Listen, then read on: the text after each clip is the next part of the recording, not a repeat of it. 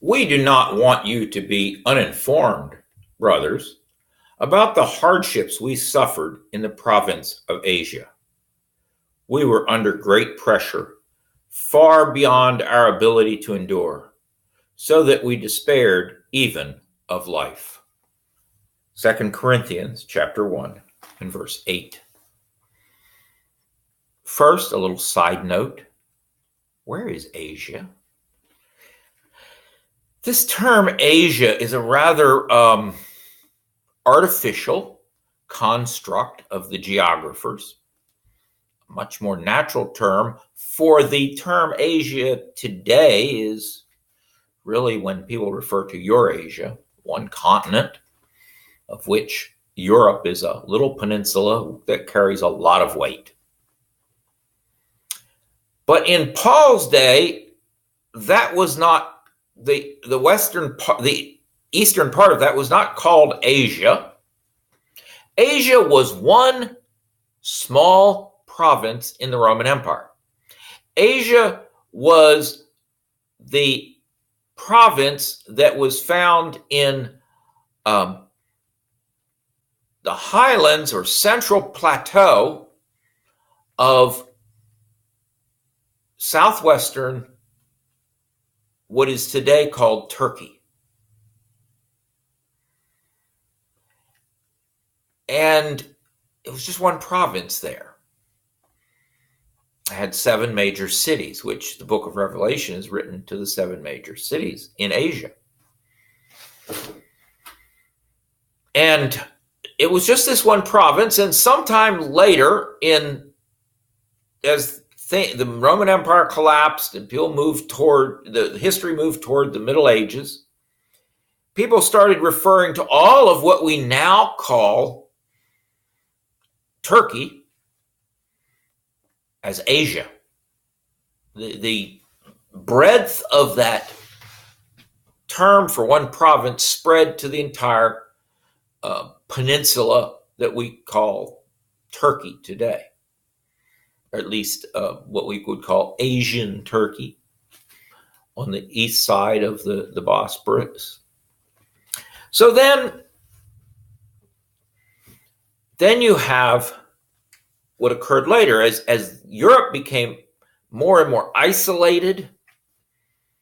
The trade routes were no longer accessible to Europeans.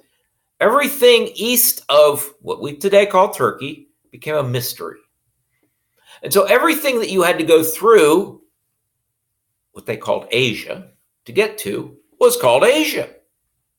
And so all that we call today Asia came to be called Asia. And then they started taking this area that we call Turkey today and calling it the small part of Asia, Asia Minor.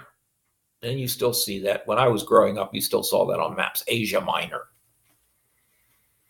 But when he talks about Asia, he's talking about one little province in what modern-day Turkey, which then the name propagated. All right, we spent too much time on that, got that aside.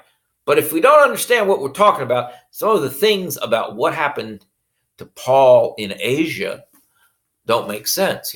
Forbidden to speak the gospel in Asia, that has huge impact in India among people who don't understand the meaning of the term as a Roman province. So something had gone badly in Asia, and we can debate whether it's talking about this event in the book of Acts or that event in the book of Acts or some event that's not recorded in the book of Acts. Let's just take it for granted. Things went badly for Paul in Asia. And it says we suffered. We suffered under such great pressure, it was beyond our ability to endure. It was beyond what we could handle. We couldn't take it. So that we despaired even of life. I'm not going to make it out of this. I've been in a few of those situations. Some of them, I literally, physically thought I was going to die. A number of years ago, I was in a taxi in India, and a mob formed around us and were against us for being Christians, and their intent was to turn the taxi upside down and set fire to it and burn us up. Later, I thought, no, they weren't really intending to do that. We escaped. God be praised.